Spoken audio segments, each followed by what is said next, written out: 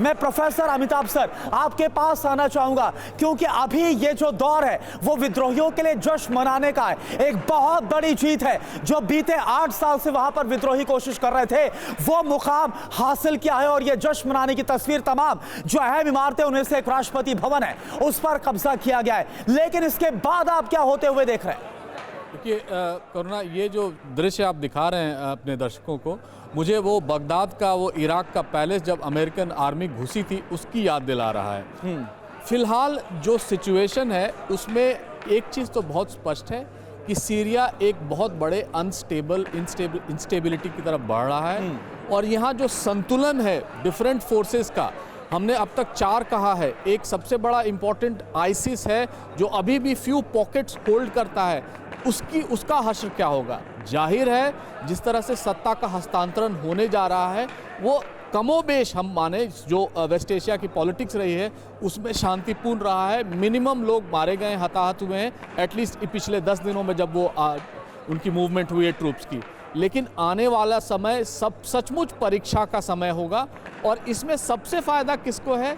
2 countries को सबसे ज़्यादा फ़ायदा। एक है इजराइल, जो कहता था कि सीरिया जो है वो हब्स ऑफ हब्स बन गया है, यानी जितने भी आर्म्स जाती थी, जितने भी ट्रेनिंग मिलती थी लेबनान के हिजबुल्लाह विरोधियों की, वो सारा यहाँ हो रहा है। लेकिन अब आने वाले समय में यहाँ पर लड़ाई और तेज होगी और जितने कन्फ्लिक्टिंग इंटरेस्ट हैं इस समय तो वो साथ हैं या शांत हैं, आने वाले समय में जब वो स्पेस अपना अधिकार जमाने की कोशिश करेंगे, अपने पांव पसारने की कोशिश करेंगे, तब असली टेस्ट ऑफ पेशेंस नजर आएगा तुर्की का, इजराइल का और अमेरिका का, जो इस समय रशिया और ईरान को रिप्लेस करके एक सबसे बड़े एक्टर्स की तरह वहां इमर्ज कर रहे हैं। लेकिन एक जो सबसे बड़ी फोर्सेस अभी भी है वो बशर अल असद की वहां रहेगी, उसका भी रेजिस्टेंस चलेगा। और वो रेजिस्टेंस कैसे होगा? अगर आप देखेंगे जो मेडिटेरेनियन कोस्ट की तरफ है जहां तक ज्यादातर उर्वर भूमि। लेकिन अमिताभ सर, जो असद की सेना वो तो भाग रही है, वो तो इराक की तरफ जा रहे हैं, तस्वीरें भी आ रही हैं सामने।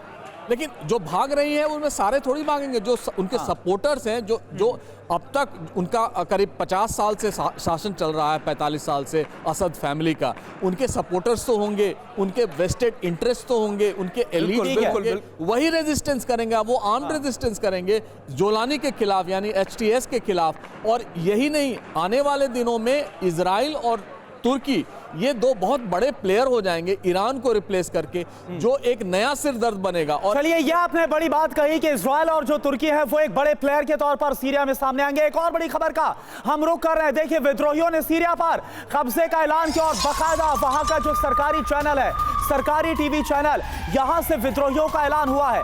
बशर अल असद सरकार के पतन का ऐलान किया गया। आप देखिए और सुनिए कैसे वहां पर स्टूडियो में मौजूद थे विद्रोही और खुद उन्होंने ऑन एयर इस बात का ऐलान किया।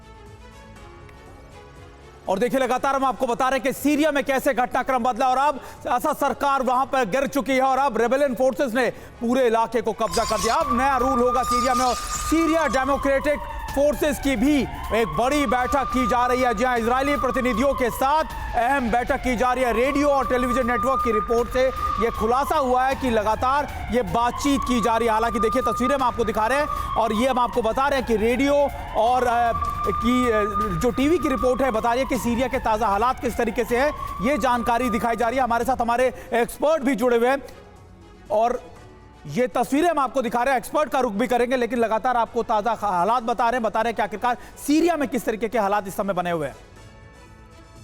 और देखिए, एक और बड़ी खबर सीरिया से, राष्ट्रपति असद ने अमेरिका से मदद मांगी थी, ये खबर आ रही है।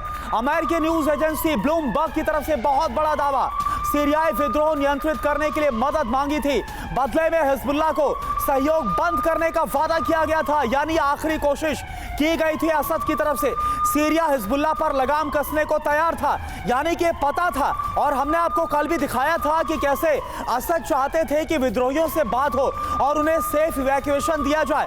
और अब खबर सामने आ रही है, अब खबर आ रही है कि आखिरी वक्त में अमेरिका, जो लगातार एक बड़ा सपोर्टर बना हुआ है विद्रोहियों का, उस अमेरिका से मदद भी मांगी गई थी बशर अल असद की तरफ से।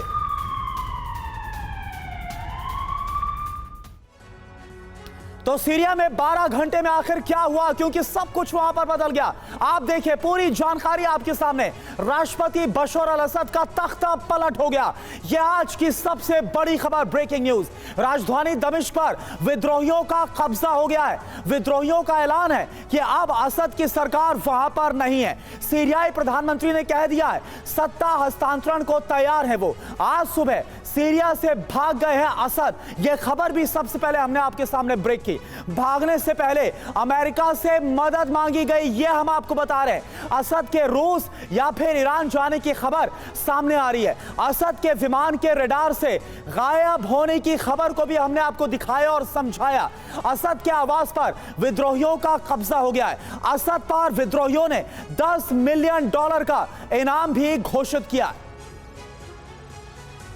और देखिए, लगातार हम आपको बता रहे हैं कि असद ने अमेरिका से भी मदद मांगी थी, लेकिन सबसे इंपॉर्टेंट बात यह कि असद जाने के बाद अब सीरिया का क्या हाल होगा। हमारे साथ तमाम हमारे एक्सपर्ट भी जुड़े हैं। जनरल सिवाज, अगर ऐसा लगता है कि सीरिया में ये ट्रांसफर ऑफ पावर का या असद सरकार के कोलैप्स होने का असर सिर्फ और सिर्फ सीरिया या फिर आसपास के मिडिल ईस्ट देशों में नहीं होगा, इसका प्रभाव सीधे तौर पर अमेरिका, रूस तक जाएगा।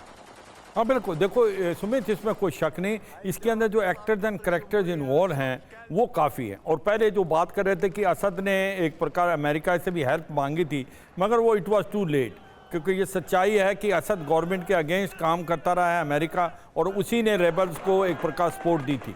जब तक ये मुद्दा था कि किसी प्रकार से जो असद की गवर्नमेंट को गिराना, तब तक ये सब इकट्ठे थे। जिस प्रकार से ये चाहे रूस है और ईरान के अगेंस्ट लड़ रहे थे, अब अमेरिका का कुछ इंटरेस्ट है, इजराइल का कुछ इंटरेस्ट है, तुर्की का कुछ इंटरेस्ट है, सऊदी अरेबिया यूएई का कुछ इंटरेस्ट है, और इसके अंदर काफ़ी विद्रोही दल हैं जो कि इकट्ठे मिलकर अब उनको गवर्नमेंट चलानी है। और आईएसआईएस का भी कोई ना कोई, और अल कायदा के भी कुछ ना कुछ ऐसे एलिमेंट्स हैं। तो अब ये एक चैलेंज होगा, इतना आसान नहीं होगा। अगर आप देखें तुर्की को देखें, तुर्की जो है वो चाहता है कि जो भी फौज आए, कुर्दिस्तान जो कुर्दिज हैं उनका कोई इनके साथ मेल मिलाप नहीं होना चाहिए, जबकि ये अमेरिका है वो कुर्दिज के साथ खड़ा है। इजराइल चाहेगा कि उसका जो बफर जोन है, स्पेशली जो गोलान हाइट्स उसने सीरिया से पहले कैप्चर की थी, उसके अंदर और बढ़ावा हो और करे।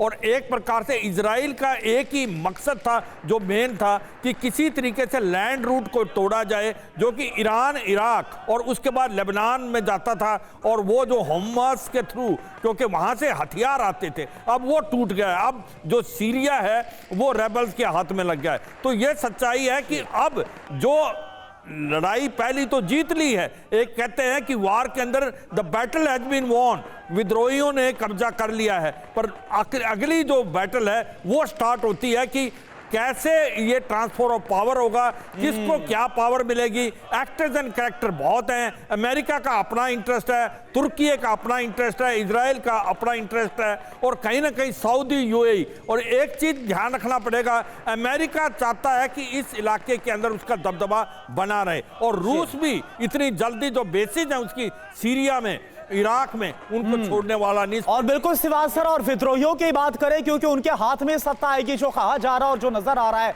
लेकिन उसमें बहुत सारे फैक्शन है जो हम देख पा रहे हैं। तो क्या वो भी आसान होगा, या फिर वो भी एक वायलेंस का नया दौर, एक हिंसा का नया दौर, युद्ध का नया दौर देखने को मिलेगा। एक और बड़ी खबर, बशर अल असद की तलाश तेज हो गई है। सीरिया के सैन्य अफसरों से पूछताछ की जा रही है। विद्रोही गुट के नेता पूछताछ कर रहे हैं। सैन्य अफसरों को असद की जानकारी होने का शक है। असद के दमिश्क से निकलने की खबर है, लेकिन जो विद्रोही गुट है वो बशर अल असद को यूं ही जाने नहीं देना चाहते, यूं ही छोड़ना नहीं चाहते। और यही वजह है कि सेना के अधिकारियों से पूछ रहे हैं कि भाई वो कहां है।